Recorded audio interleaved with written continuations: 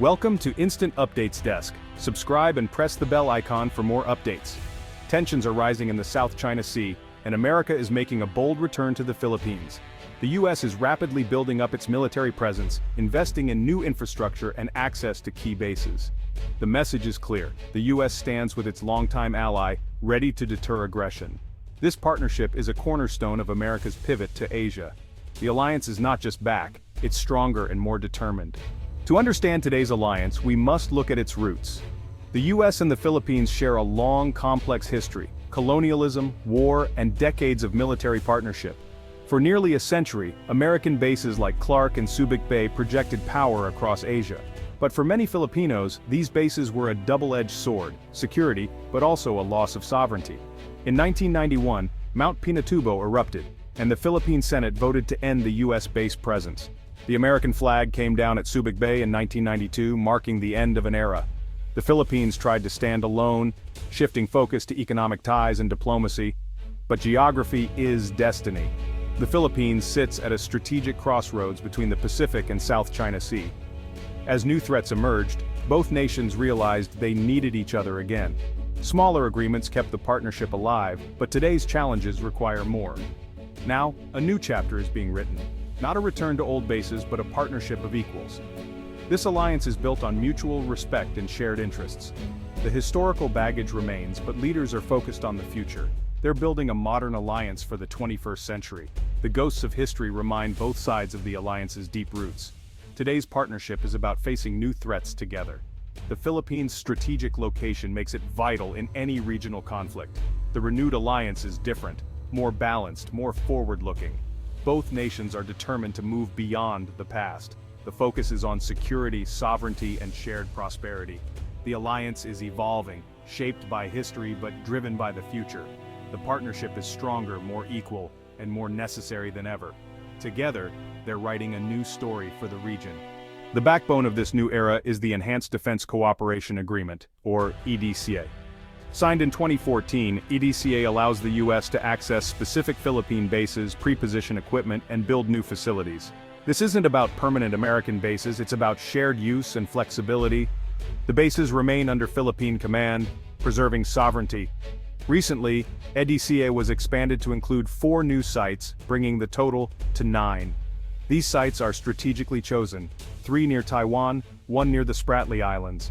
This expansion gives U.S. forces wider operational reach and rapid response capability. It enhances joint training, disaster response, and military modernization. EDCA allows the U.S. to rotate troops and assets, avoiding the politics of permanent basing. Upgrades like runways and fuel storage benefit both militaries. The agreement accelerates the modernization of Philippine facilities. EDCA balances Philippine sovereignty with the need for credible defense. It's a practical solution to a complex problem. By investing in these sites, the U.S. demonstrates its commitment. The expansion was a calculated response to a changing security environment. Both Washington and Manila are serious about defending shared interests. EDCA provides the legal and logistical framework for deep cooperation. It's a clear signal of the alliance's strength and resolve. The agreement is designed for flexibility and rapid adaptation. It's not about occupation, it's about partnership. EDCA is the foundation for a modern, integrated alliance.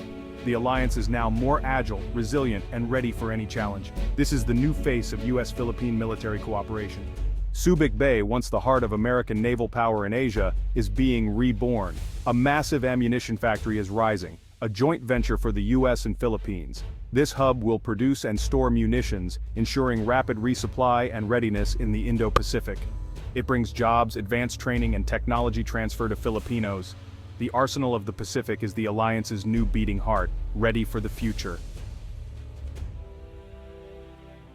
The driving force behind this buildup is China's growing assertiveness. Beijing claims almost the entire South China Sea, building artificial islands and militarizing them. Chinese vessels routinely harass Philippine ships, creating instability and fear. The U.S. military buildup is a direct response, restoring balance in a critical waterway.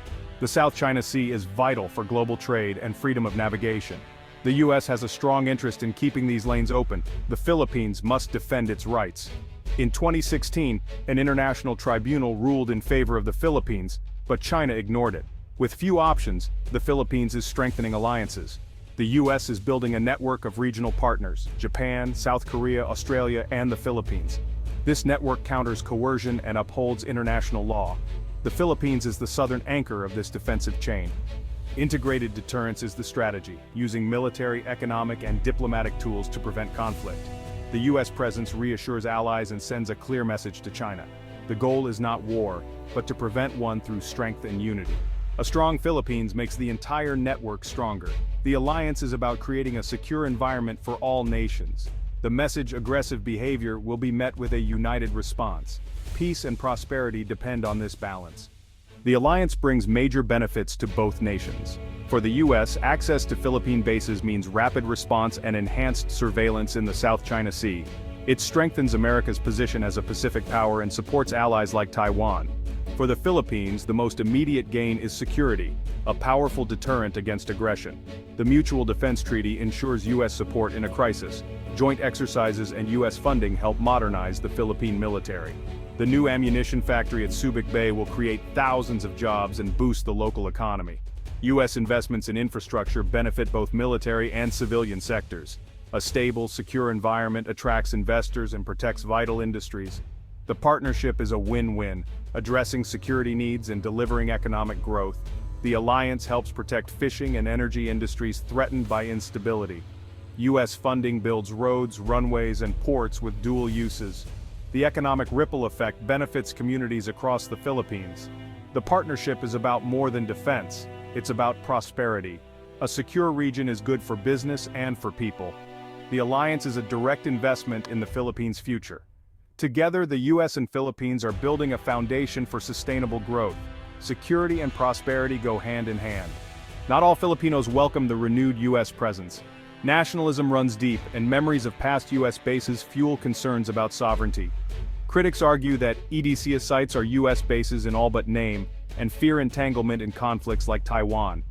Student activists, politicians, and civil society groups voice these concerns, calling for an independent foreign policy. Some worry about social problems linked to foreign bases. Supporters counter that the alliance is pragmatic. Only the US can credibly deter China. They argue the partnership protects, not surrenders, Philippine sovereignty. The debate is a sign of a healthy democracy. The government must balance these views, reassuring the public that the alliance serves national interests. All activities under EDCA require Philippine consent and command. Navigating domestic debate is as crucial as international diplomacy. Public support is key to the alliance's long-term success. Global conflicts, especially the war in Ukraine, have shaped military thinking in Manila and Washington. Ukraine showed how quickly ammunition is consumed and the risks of long supply lines, prompting the Subic Bay factory.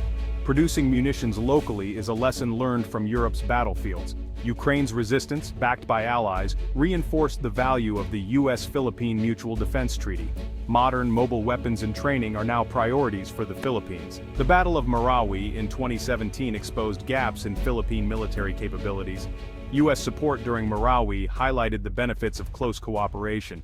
These experiences drive the push for modernization and readiness. The strategy now focuses on credible deterrence: right weapons, right places, well-trained forces. Lessons from recent wars are being applied to strengthen the alliance. Realism and urgency define today's approach. The US-Philippine alliance is now more prepared and effective than ever. This alliance is about more than military hardware, it's about securing peace and stability in Asia-Pacific. The Philippines is now a linchpin in regional security. A strong, sovereign Philippines is essential for balance. The partnership with the US is the best way to ensure that strength. Risks remain. Military buildup could provoke China, and miscalculation is always possible. Success depends on careful diplomacy, clear communication, and shared commitment to deterrence. The new facilities at Subic Bay and other EDCA sites are signals of resolve. The hope is that strength will prevent conflict, not cause it. The alliance's success or failure will ripple across the globe. The stakes are immense, but the commitment is clear. This partnership is seen as the best hope for peace in a troubled sea.